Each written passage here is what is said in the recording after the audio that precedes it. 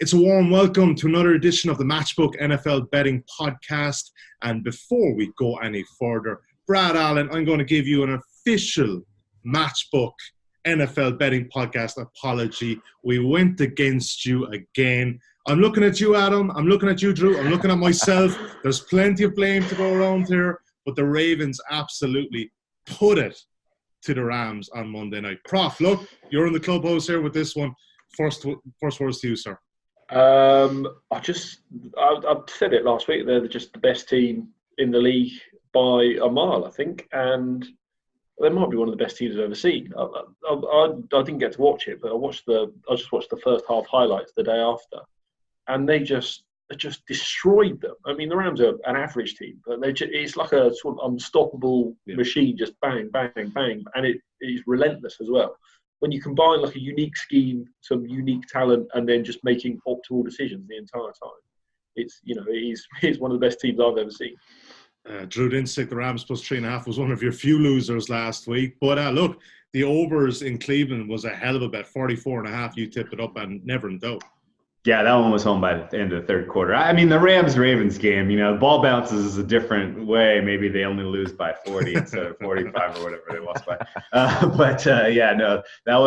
was a complete undressing.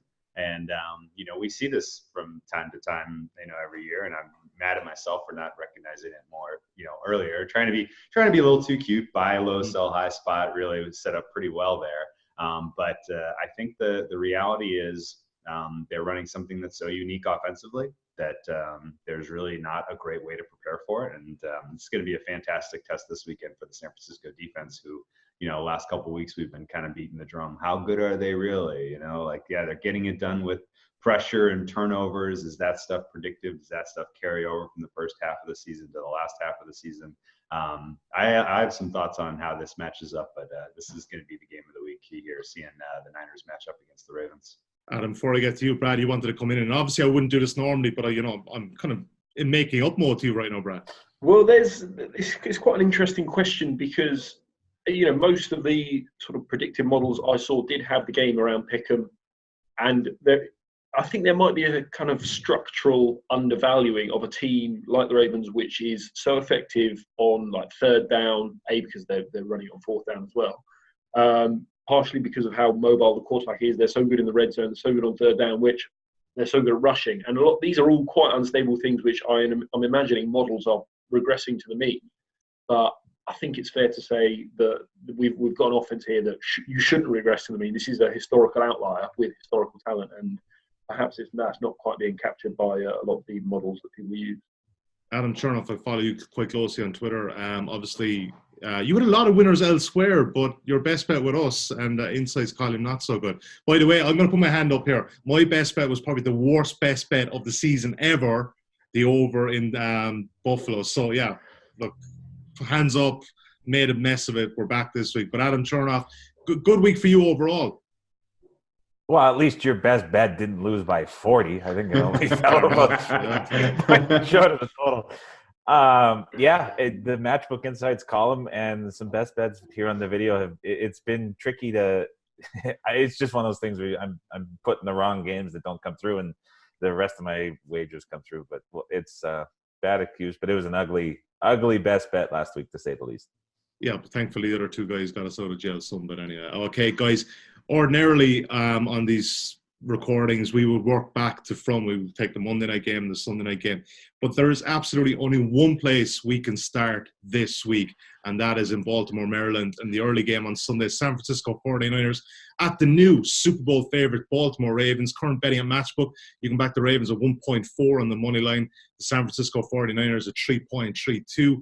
The main point spread here is at 6 at 1.99 each side. Razor tight margins as ever here at Matchbook. 47 is the total. Brad, I have to start with you. If it's the Ravens here, this offense, it reminds me sometimes, you see it in college football where the option teams with Navy and Army and these, and defenses can't cope with them. But multiply that by 20, 50, 100 with this Ravens team. They just look absolutely unstoppable every time they snap the ball. Yes, and I think it's probably magnified when they're playing NFC teams like they are here. you know, there's a lot of talk already about Belichick has studied this team, and he's going to have a lot of things prepared for them the second time around. But I think when it's a team flying across the country who's not been looking at the Ravens' offense all season, and when they've seen all this, then I think it just blows them away. There was a great quote from Eric Weddle, the Rams safety, who basically said, "I didn't know who had the ball for 3 or 4 seconds after the play." I'll read the quote here quickly. What they're doing on offense, a lot of times, I wouldn't know for a few seconds if Lamar still had it or he'd handed it off. Imagine the whole defense. You're trying to play your rules, and these guys are just coming downhill and doubling and getting extra gaps. They're playing outstanding. We got our faces peeled off. So basically, none of the defense knows what the hell's going on. And that's one of the better defenses in the league in the Rams. Yeah, they were fourth in DVOA, in defensive DVOA going into the game, and they just got obliterated. Touchdowns on the first 6 drives. The Ravens, I gave the stat earlier, they haven't punted with Lamar in the game on the last 3 games. They're scoring on nearly 60% of their drives. It really is obscene. And so, but because of all that stuff just going on, so 3 of their linemen rank in the top 10 in ESPN's pass blocking win rate. They've obviously got receiving talent in Andrews and Marquise Brown and this unique quarterback who's had the 3 best games by QBR this season. So this game particularly, I think they're going to do the exact same thing. I don't think there's any reason why the 49ers defense is materially better than the Rams last week. I think they're just going to do exactly the same thing to them. And it's actually starting to be reflected in kind of the power ratings I look at. So Football Outsiders had the Ravens 6 points better than the Niners, so they would make this one sort of 8.5, 9, and it was almost the exact same at Massey Peabody. So I think there's still value on the Ravens here. Yeah, look ahead line here was 4.5. So you're saying, Prof, just before I go to Drew, that -6, you're happy enough to lay that? Yeah, I've currently got an offer up on the Matchbook on the -6. So yeah, that would do for me. Good stuff. Drew Dinsick, total here opens at 46, bounces down to 45.5 on Tuesday, now up to 47.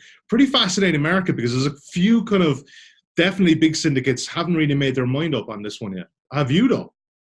Yeah, and I agree with Brad's points. The Ravens, I do think are the value side here. I am not interested in getting involved on the Niners at the +6 right now. This is not a great spot for them, not a great matchup for them. They're looking potentially ahead of playing the Saints next week. So this is a marquee game. This is a big attention game, but it doesn't mean as much for them in the scope of things as beating the Saints next week will. That said, this I do think sets up for an under. I wouldn't expect this to look like last Monday's Rams game. I would expect this to look more like the Seahawks-Ravens game. We're expecting a little bit of light rain. There's going to be a little bit of wind. This is not optimal conditions for throwing the ball. And I guess I had kind of been selling on the Niners defense as, yeah, we saw them look great in the first half of the season, but the way they were doing it isn't going to translate to continued success defensively.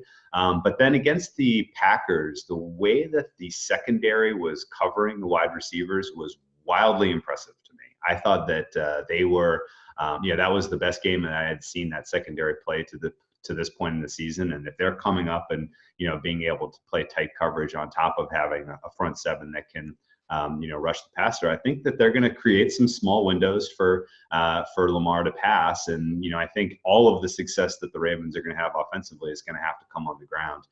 Not entirely expecting that this Ravens wide receiving tight end core is going to be able to create separation and have home run plays through the air. So I do think the Ravens grind out a win here. I think they likely win by more than 7.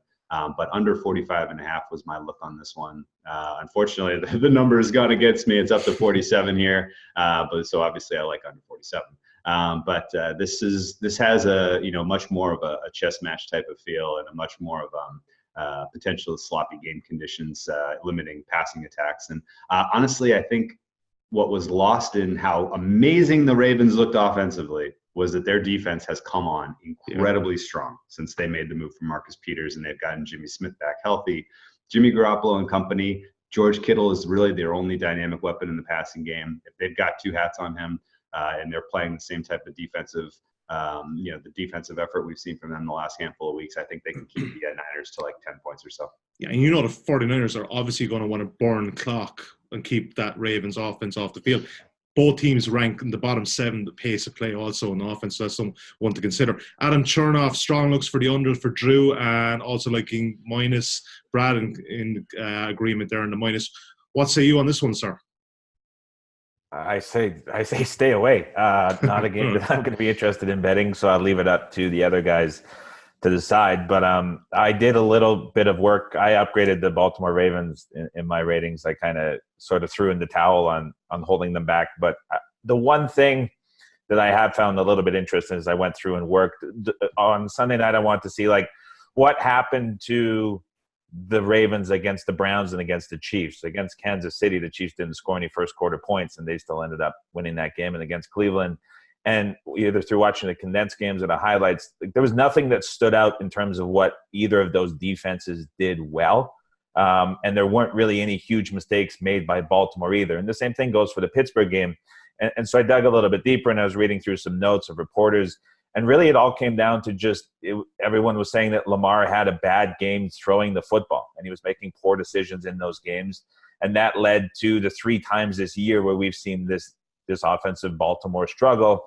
So I dug a bit deeper, and I find it pretty interesting that on 3rd and 4th down, the Baltimore Ravens have a 65% success rate throwing the football, which is 15% above league average and 8% better than the second place team. So if you even from like an EPA perspective, they're plus 0.3 EPA on 3rd and 4th down in relation to 1st and 2nd down. So again, like you rewatch that Rams game, it was a complete demolishing, but they forced 5 different 3rd downs and 2 different 4th downs on those 5 touchdown drives and couldn't get off the field on any of them. And back in the Kansas City and the Cleveland game, it was just a case of those teams being able to get off of the field, specifically through the passing game where those 3rd and 4th down passes weren't being converted. So this is San Francisco, the number 2 secondary in the NFL in terms of pass defense efficiency. Coverage against Green Bay, as Drew mentioned, was extremely impressive, and the windows that they were able to hold those receivers to. Like maybe this is a case with all of that speed in the front 7 and San Francisco blitzing at one of the lowest rates in the NFL, that speed sort of negates a bit of this pass rush and forces those 3rd and 4th downs, and then this coverage scheme comes into play. It's not necessarily a spot that I want to get involved with the 49ers. I don't think it's a good spot for them travel-wise, look-ahead-wise, number-wise either to an extent where this is. I think it's somewhat of a fair price. Not a huge difference between 4.5 and 6. Ravens, offensive line is great, but now they're without their starting center, a big piece of organizing all the blocks up front, changing the play. So there's a lot of great success that Baltimore's having. I can't deny that. This offense is great. But you have to wonder how long those 3rd and 4th down numbers hold up for. And I wonder about this market too, because I mean, look, Baltimore are going to be such a public team this Sunday as well. And maybe it might hold at 6, but you've got so many other early games. I mean, Drew Dinsick, you said to me before about these early games can't be flexed into the Sunday night, because this would obviously be one of those that would, if it would definitely be flexed in. For me, it's the game of the week. No, without a doubt. And, I mean, people are going to hype this up as a potential preview for the Super Bowl. I question, San Francisco's ability to repeat this level of play, especially with, a completely inexperienced quarterback come playoff time. But this is clearly the game of the week. And I thought, there were a couple points that Adam brought up there that are super salient. The new center for the Ravens has the potential to mix things up, especially if it's wet, and if it's a nasty day out there, that troubles me a little bit if I'm laying the points with Baltimore. And but at the same time, Baltimore undressed Seattle. Seattle beat, went toe-to-toe with San Francisco. Baltimore utterly embarrassed, the Rams. And, granted, San Francisco did as well. They could only manifest, 20 points. So in terms of just common opponents and how these two teams stack up, it's surprising that this is, lined under a touchdown, I would say, especially with all the momentum right now that the betting market has in favor of the Ravens. Yeah. Brad, we've changed the tune this week, mate. It's all on the Ravens, mate. Don't worry. We're staying with you this time for a change. Let's move on. There you go, yeah.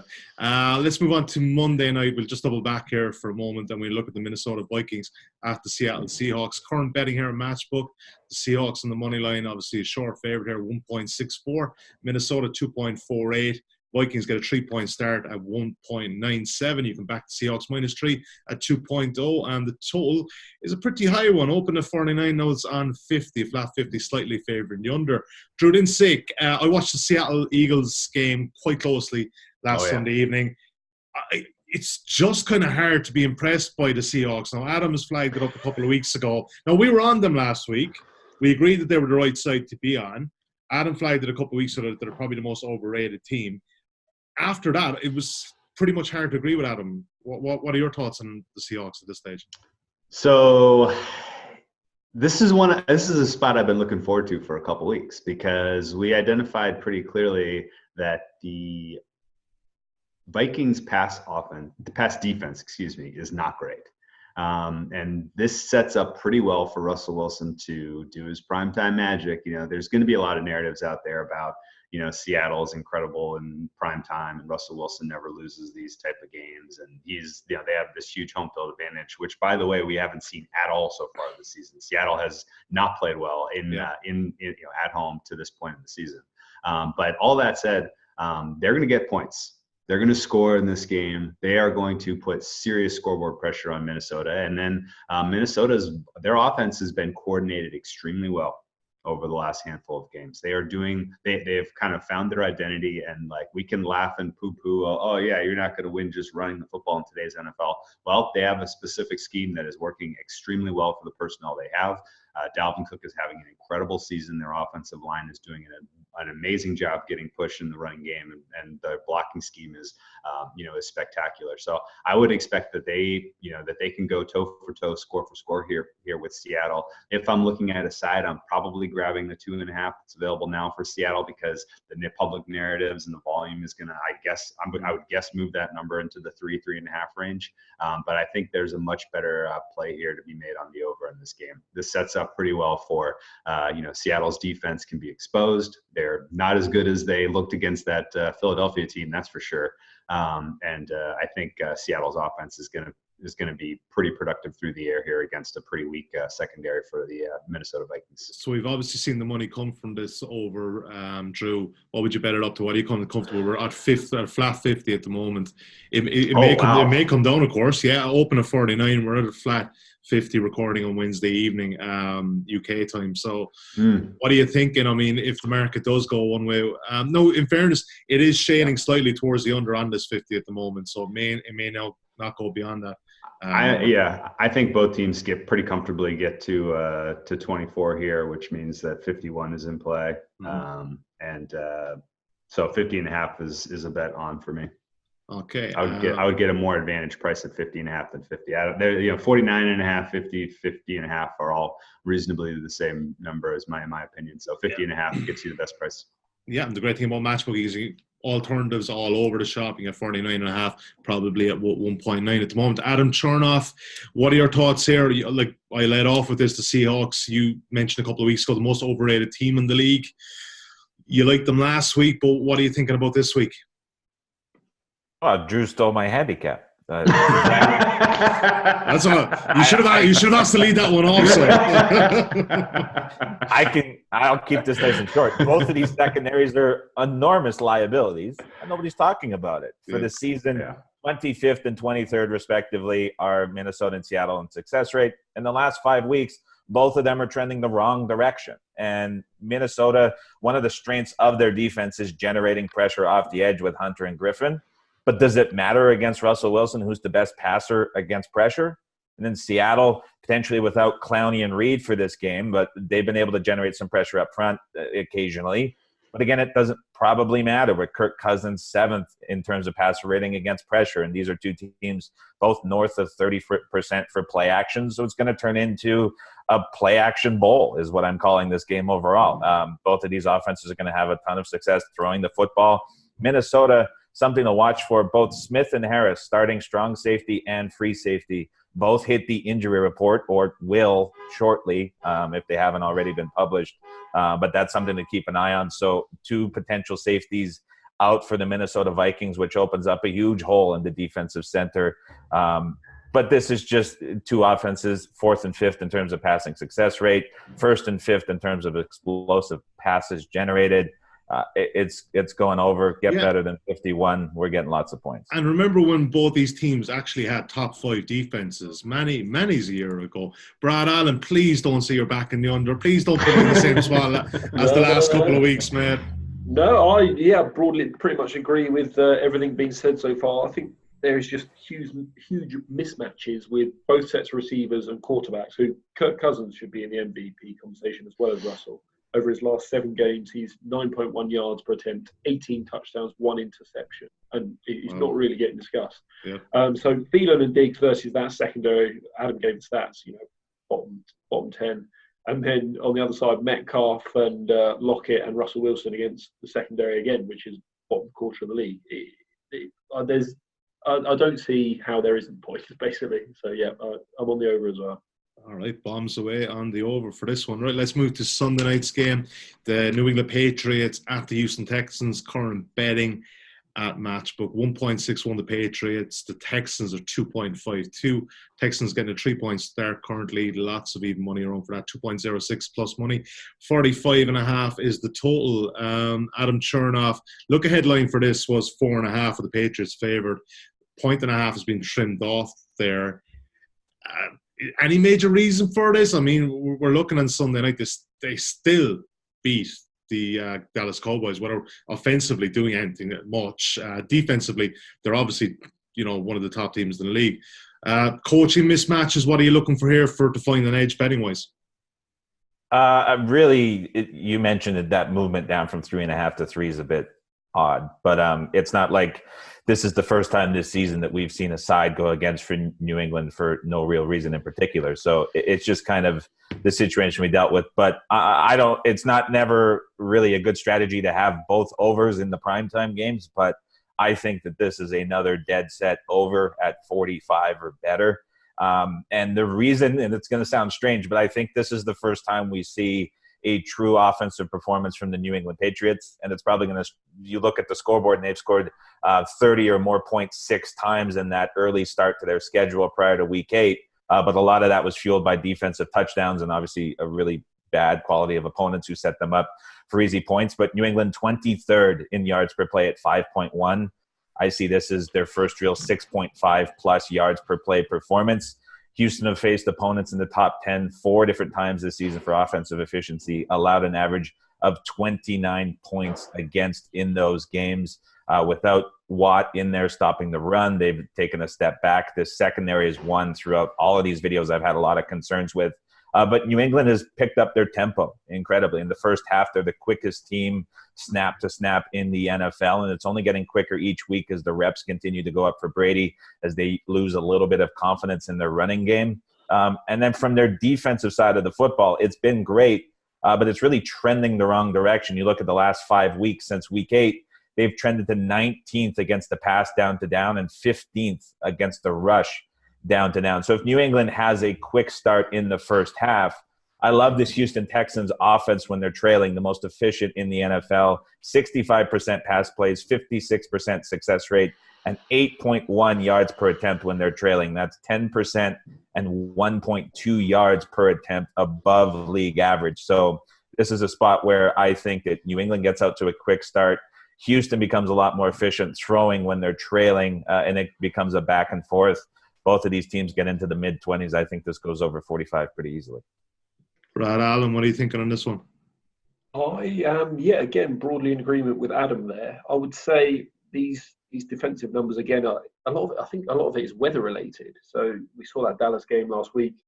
There was the Cleveland game they played at Gillette with horrible weather as well. There was that game in Philadelphia with the wind. So they've gone under all these games, and I think that's probably why this is depressed, because the Texans, without Watt, are a dead nut over team. The defensive backs are chronically injured. They weren't exposed last Thursday against the Colts because the Colts decided they had no weapons and they were going to run the ball.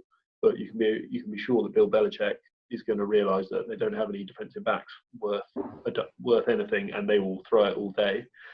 Getting Isaiah Wynn back on that offensive line, and they blocked up the Cowboys quite well. There was a lot of drops throughout that game.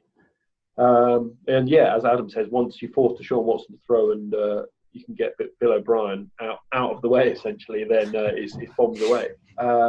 And there's one other note I would add. There's been a report just over Twitter now that 8 players are missing from Patriots practice today, including Stephon Gilmore. And there's a suspected bug going around the locker room.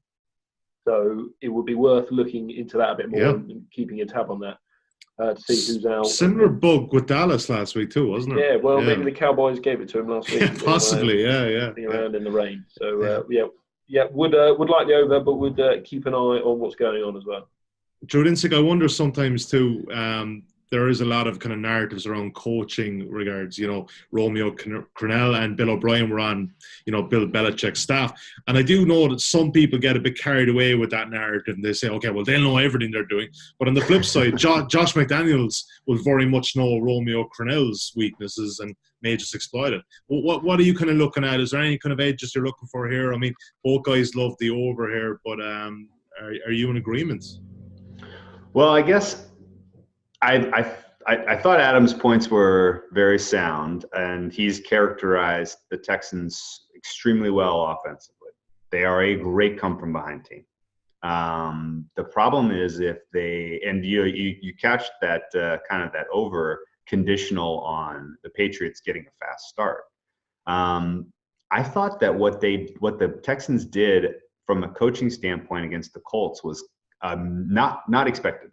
I fully upgraded Bill O'Brien's kind of ability to kind of come up with something original and innovative and a way to really get the better of Frank Reich. I didn't think he had it in him, and he did a really nice job of basically like, you know what, we're just gonna let him run. We'll let them run. We'll make sure that they don't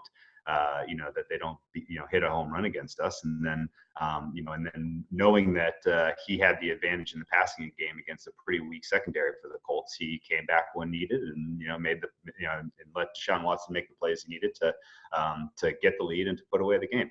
So I think that to a degree, we have to a little bit reframe Bill O'Brien as a coach. I think he's still a terrible general manager, and he has set the Texans up for disaster for years to come, the way that he's given away their future assets for, what he going all in supposedly this year.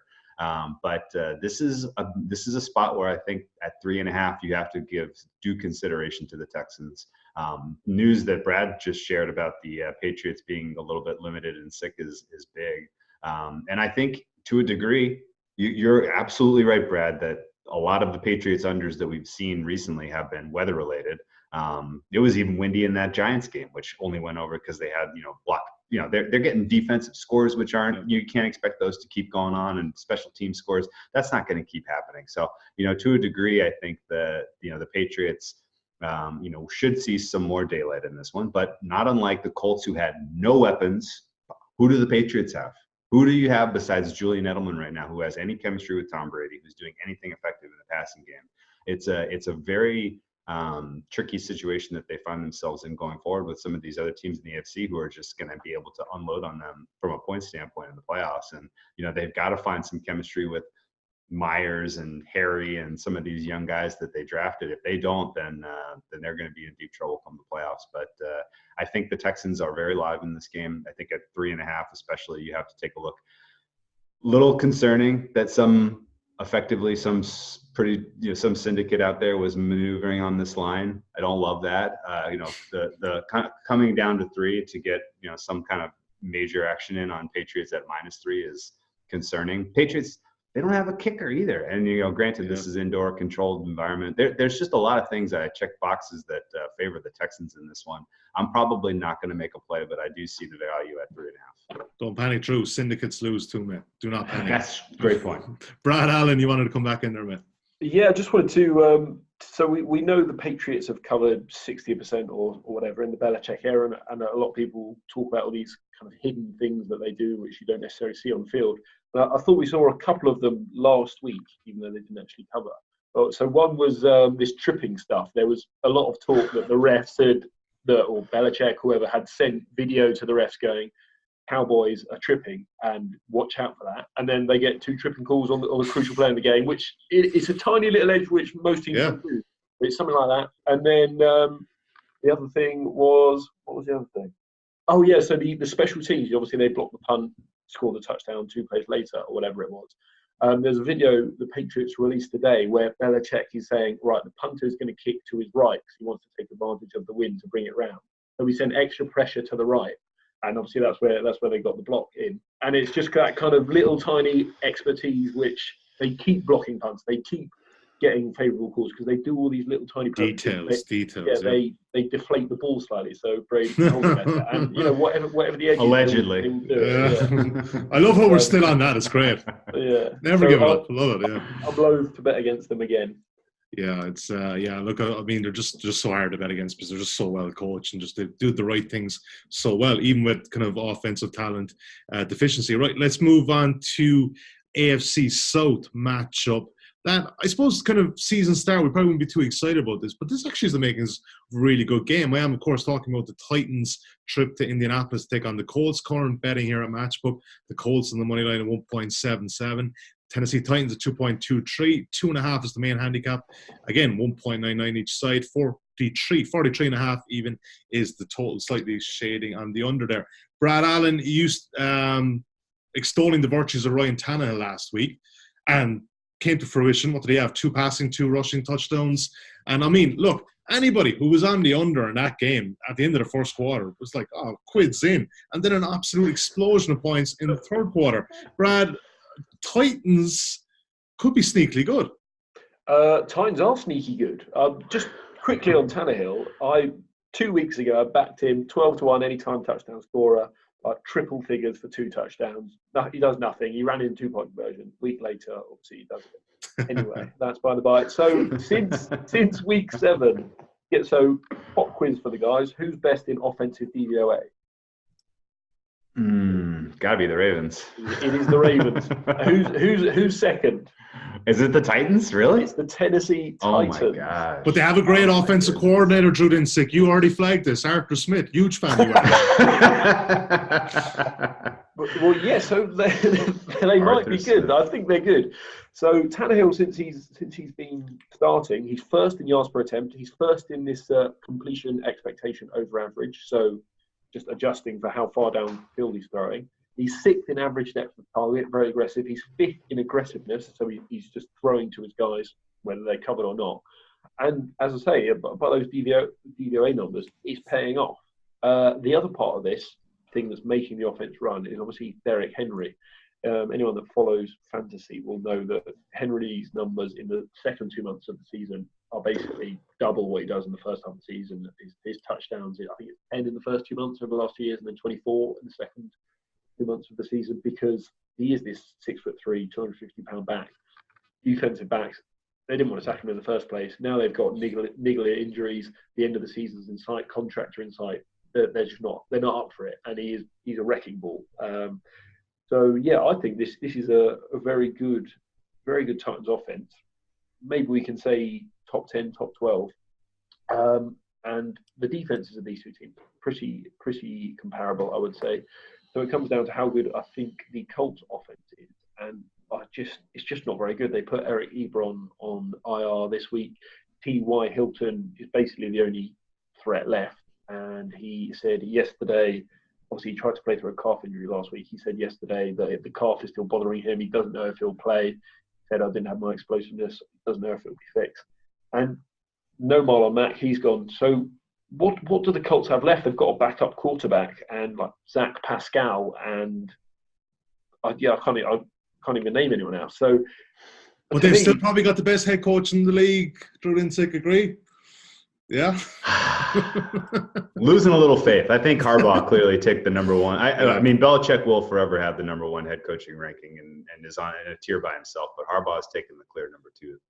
It's a lot of disrespect for Adam Gase there. We'll get to Adam Gase is Adam Gase is out of the lowest tier, but he still has a long way to go. Prof, so look, betting wise, financially wise, what way are you looking to take this on? Are you looking to take the Titans at 2.23? You're looking to back them plus 2.5, 1.98, or are you going to go down for the 3 at 1.81? Just the money line, I think, would Okay. would do for me. 2.23. That sounds pretty appealing. Drew Dinsick, I tentatively brought you in there a second ago, but what are you thinking of the Colts? Because obviously, I know you're a big fan of Frank Reich, but like Brad said, it could be a case that this offense is probably just run out of steam, and Jacoby Brissett has been kind of found out that he's a backup. He's probably one of the better backups in the league, but look, he's still a backup. Yeah, and I don't want to forever sell on Jacoby Brissett. He's obviously, he got injured in that Pittsburgh game, and it was pretty nasty. And he's been playing through that. And I think to a degree, Frank Reich knows what he's dealing with. He knows the limitations that they have, especially as far as weapons go surrounding Jacoby Brissett. I think that was well broken down. You forgot Jack Doyle. They have Jack Doyle. He's out there catching passes. But and Hilton's really not right. Like, and granted, if he catches either of those balls that hit him in the hands against the Texans, then the Colts might have won that game. But I do think that the way that they're calling their offense right now, and the way that they're, especially late on the drive that they had to have to get back into it, they were still running on 2nd and long, which was concerning. Tells you that Frank Reich not a huge ton of confidence in his guys, not a huge ton of confidence in Brissett. And I've heard some people speculate that his game plan of trying to ball control, shorten the game, using the rushing attack, that was mostly predicated on him trying to keep his defense off the field, because he's concerned about some of the limitations in his secondary and getting attacked in the passing game. All of this said, not a great matchup. The first time these two teams played week 2, if it wasn't for Marcus Mariota, the Titans win that game. And this is a game that I think you have a pretty clear and obvious Titans team that's rising, a pretty clear and obvious Colts team that's falling. The Colts have a number of the walking wounded that they're trotting out there. This is a good spot, I believe, to look for the dog money line price. And Titans probably probably still alive in the playoff race. It's going to be another one of those years where we look up in week 17 and we're like, how in the hell did the Titans get back into the playoff picture? It feels like this happens every year in the AFC, but that 16 looks like it has their name on it. Adam Chernoff, I couldn't escape you coming into the shot laughing when Drew Dinsick mentioned Jack Doyle as a weapon. Well, the best they got. That probably tells its own story. So, Adam, away you go. I presume you're kind of looking to fade the Colts here in this spot also. I'm looking to fade watching or having anything to do with this game. You did a very good job selling it as an exciting game on the slate of Sunday.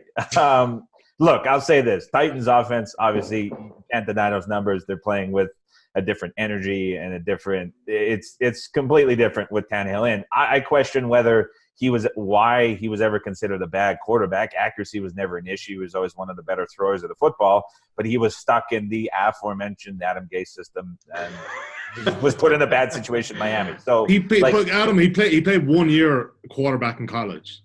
I think it was just that 1 year with Texas A&M. He had a pretty decent one, and that's probably what the knock was on him, that he actually just hadn't that much experience of playing quarterback.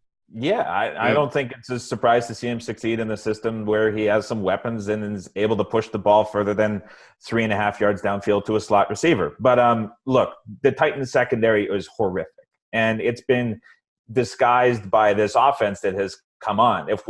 I'm really throwing out the Mariota Titans part of the season. I'm looking at the games that Ryan Tannehill has taken over. If we're looking at those games since, Tennessee 21st in pass success rate, trending towards 26th the last 3 weeks, and they've done so against the 10th easiest schedule of opposing passers. So if you're looking at a defense that's bad against an easy schedule, especially in the secondary, that's pretty telling in and of itself. They've allowed an average above 20 points against in these games that Tannehill has started, but this offense have carried them the way through. So this secondary is going to get opened up in a week very soon, but it is not going to be Sunday against these Colts, which, as the guys mentioned, are going in the wrong directions. Just 5.9 yards per attempt the last 5 starts for Brissett. Increased running attack as well. They're running the football at a higher percentage, but they're not doing so with more efficiency. From a passing perspective, just 42% success rate the last 5 games. I don't know how they're going to attack this team down the field with no weapons, but as much as I like this Titans team and what they're doing offensively, this secondary is horrific, and it's just a matter of time till that gets opened up. But again, not this week. Yeah, I think the reason why I kind of wanted to sell this one was because it just kind of has the makings of potential kind of playoff game. Both teams are 6-5. They're in the same division. A win here, obviously, with your divisional record is pretty huge. And obviously that 6th spot, Adam Chernoff in the AFC is wide open right now. Those Jets coming up on the outside lane. Just watch them there. Just watch them coming If they up run there. the table, it's theirs. Oh my gosh! I mean, honestly, though, like, who would you rather? Who do you want to see play the Chiefs in Arrowhead in Wild Card Weekend? Do you want to see the Titans? Do you want to see the Jets, or do you want to see the Browns? Jets. The Browns. The Browns. The Browns, right? Browns is a hell of a game, isn't it? The Browns, for sure. Titans isn't going to be the Titans isn't going to be a bad rematch. That last game was pretty entertaining. It was 35-32. Yeah. Strength on weakness both ways. That would be a fun game. But let's talk about the Browns. So we normally have 5 games on our main slate, but obviously with the 3 games taken away on Thursday with Thanksgiving, we've decided to have 4. But that being said, there was one game here that there's a bit of division on, and that is the Cleveland Browns against the Pittsburgh Steelers. Brad Allen, you like the Steelers. Make the case for them first before I go to your competitor on this one. Yeah, well, so they obviously played this game 2 weeks ago on a Thursday night. We talked about it. We backed the Browns -2.5, -3. They won nicely. But so the line since then, which suggested that the Steelers were a very slightly better team, it's moved 5 points on. It's gone through the 0, so maybe it's not the full 5, but it's moved quite a lot. What has changed really in the interim? The Dolphins have the Browns have smashed up the Dolphins, who basically aren't an NFL team anymore. They've put the entire secondary on IR. It is a practice squad team, so they put 45 past them. They also gave up 28 to Fitzmagic and 1 receiver, so that's not impressive to me. The Steelers won a game they should have done pretty much hit expectations, won by 6, I think, when the spread was 6.5. They've replaced the quarterback, obviously. I think it's an upgrade personally. You know my feelings on Mason Rudolph. I don't think he's very good. And they replaced him with Duck Hodges, who, although he was drafted later, he seems like he plays more on time. He's got a 59 QBR to Rudolph, who had 33. He has 8 yards per attempt to 6.2 for Rudolph. Now, obviously, this is only 40 attempts, so that's not gospel, but it seemed like it's an upgrade for me. Now, the Browns are also going to have their left tackle likely out by the looks of it, and going against the Steelers pass rush, which is top 3 in the NFL, 3rd in defensive DVOA overall. They obviously going to be fired up, literally Super Bowl fired up as 100% as max as you can get. And I don't think the Browns have suddenly fixed their offensive issues just because they smashed up the Dolphins. So I think they might have a wrong team favoured, Jolly. Prof, I hope that the light's going out there. If you're watching us now, you'll see the Brad's lights went out in the EGR office. There you go. I hope that's not a bad omen for you. Yeah. So, you made the case for Steelers. Drew Dinsick made the case for the Browns. So, the fact that the Steelers have effectively given up on Mason Rudolph, I think does take a little air out of the intensity that they're bringing to this one. I mean, the fight was, they basically, they got all, they're going to come out and defend Mason Rudolph's honor here. You don't think they're going to be as fired up as any game they've played in years? Because I think they're more. I think the quotes that we got from Tomlin yesterday really set them up poorly for this game. Tomlin came out and basically was like, yeah, well, we're going with Duck Hodges. Well, why? And it's like, well, because he isn't killing us.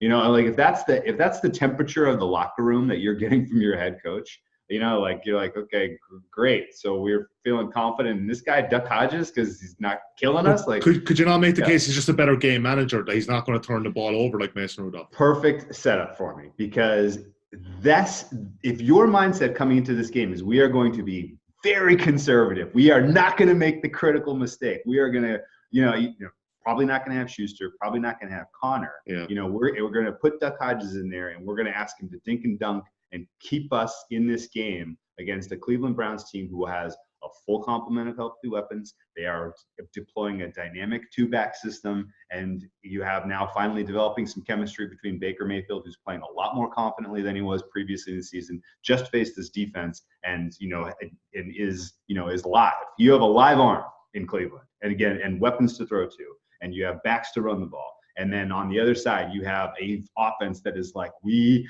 can't screw up. Put the defense back on the field. They're going to be the ones that win this for us. Like, this is not a great setup for this time of the year. This is, the wheels are falling off for the Pittsburgh Steelers in a way that you see when you have an offense that's this inconsistent, that is this dysfunctional. Duck Hodges may be an upgrade over Mason Rudolph, but the way that they are going to run their offense, I think, plays poorly for them in this matchup, where they're going to have to get to 24 points, I think, to beat the Browns. I think Browns get to 24 in this game, and I cannot make any case where the Steelers can break a 20. So I think this is a Brown spot and lay the points. And Browns continue to roll on their way to try to recapture some momentum for the season. I mean, the Browns, that 6th spot is live. Like, somebody's got to get it. I do think that the Browns are the most talented team. And as they get guys back healthy, and as they get guys back off of these suspensions, I think they're going to make a run for that number.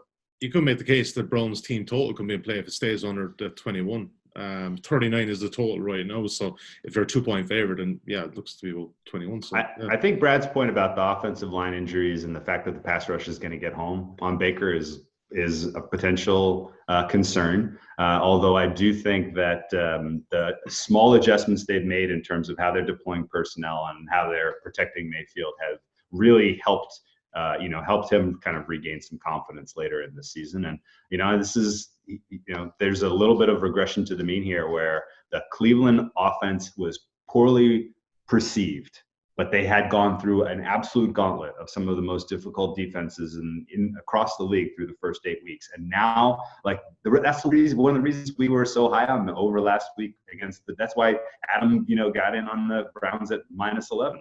It was literally this offense is better than people realize when they're and they have the potential to get you to 20, 24 points, and you have Duck Hodges on the other side throwing 2-yard checkdowns. I think this sets up for the Browns really to show out again against their bitter rivals.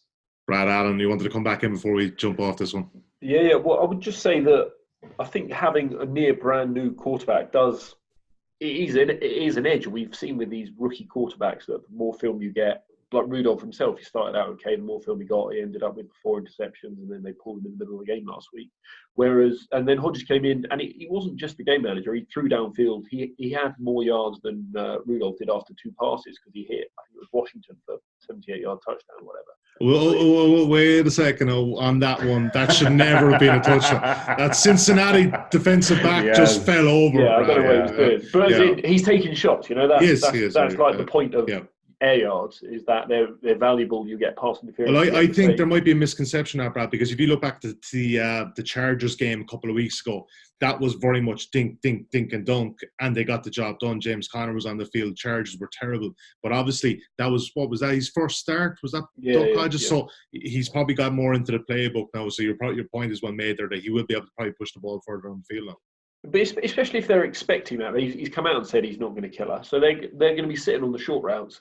Yeah, I think if they're smart, they come out, throw a few play action bombs, which they might do. The 2 receivers they have are probably better deep threats without Juju. So, and if they do that and the pass rush can start teeing off, then I would like that. But good debate, gents. Those were totally valid points. Adam Chernoff, did you want to add anything there? I think everything was covered on both sides. I'll leave that one up to the listeners. Yeah, where they want to go. Absolutely. There. Look, a bit of division is good. We've got plenty of agreement on some other plays. All right, guys, we're at any other business section.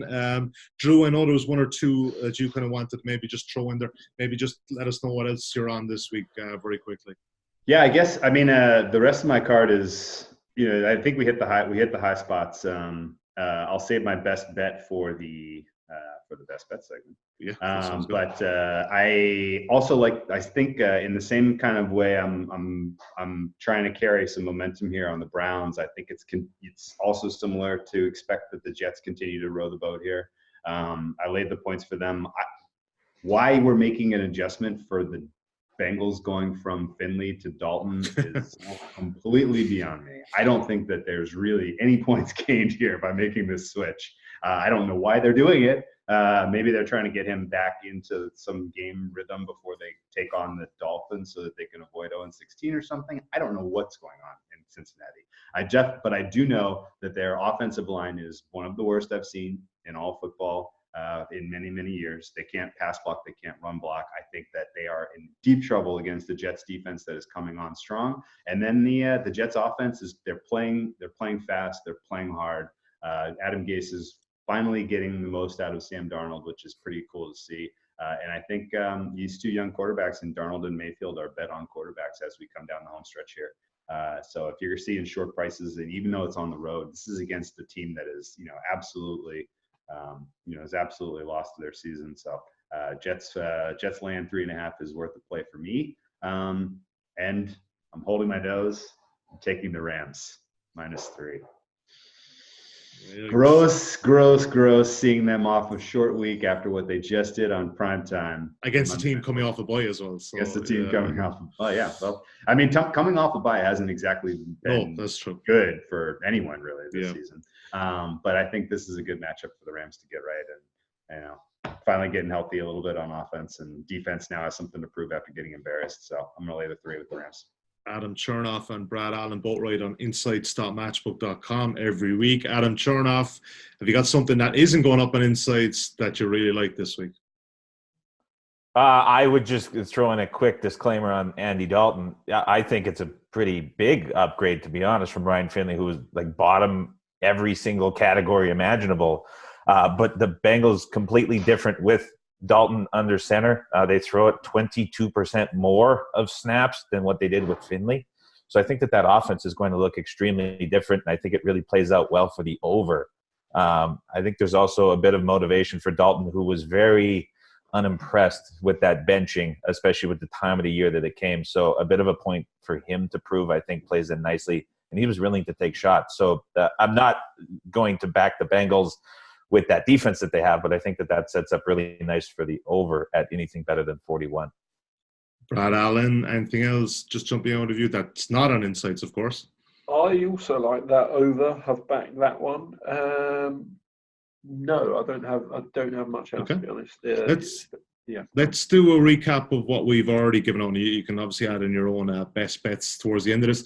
We've taken Baltimore -6. We've taken the under 47 in that one against 49ers. We've taken the over 50. That seems to be a very consensus pick in the Vikings and the Seahawks. Pats and the Texans over 45.5. Texans +3.5 was Drew's selection. We'll lock that in as a selection. And the Titans money line at 2.23. So that's our bet recap for the main games. We will now get to our section, the top underdog. And obviously, if I can give you guys a £10 refund, this is just a £10 flyer, just like you bet at Matchbook. Your first bet at Matchbook loses, we will get refund your first bet up to £10. Adam Chernoff, what underdog? Let's go with the Vikings in Monday Night Football. Drew Dinsick, you're shocked. Not that shocked, really. What are you thinking there as an underdog?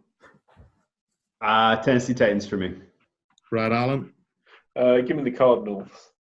You stole it. That's the one I wanted. Man. It's okay. No, it's okay. I had it teed up. It's okay. It's all right. It's okay. Good. I'm kind of half happy that you picked the prop because you're kind of in red hot form right now.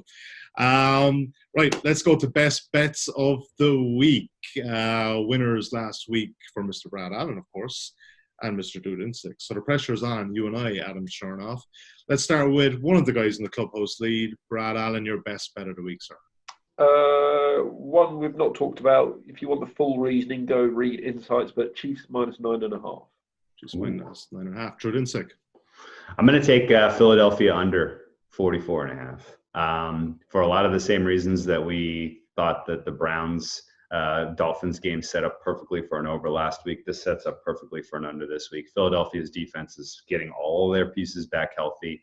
This defensive line is going to completely smother the Dolphins. Philadelphia against the AFC East this year has been averaging, like they've been conceding like 13 points on average. I could entirely see a scenario play out where they hold the Dolphins to 3 or 10 or 7 or something quite low. And then they don't exactly have all of their offensive weapons healthy to light up the scoreboard either. So I think this sets up quite similarly to when the Eagles took on the Jets and, won handily, but it stayed well under the total, even though the Eagles got 2 defensive touchdowns in that game. Adam Chernoff, your best bet of the week. D. Wayne is delightful. Give me the Haskins and Redskins plus 10 in a game that against the Panthers team that is, I think, thrown in the towel. If he's not too busy taking selfies with the crowd, of course, that is. But I actually like Dwayne Haskins. I think he's a good player. My best bet of the week is the Bucs team total, double T's, over 23.5 at the Jacksonville Jaguars. I think the Jaguars have packed it in. And I think the Bucs are kind of one of those teams that will put points on teams. They're playing for the coach.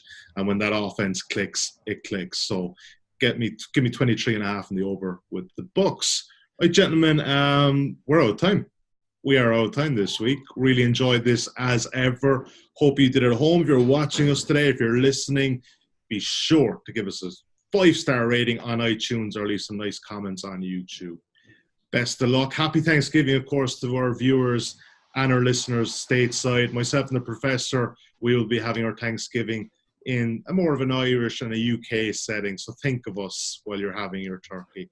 Best of luck with your bets this week. We'll talk to you next week.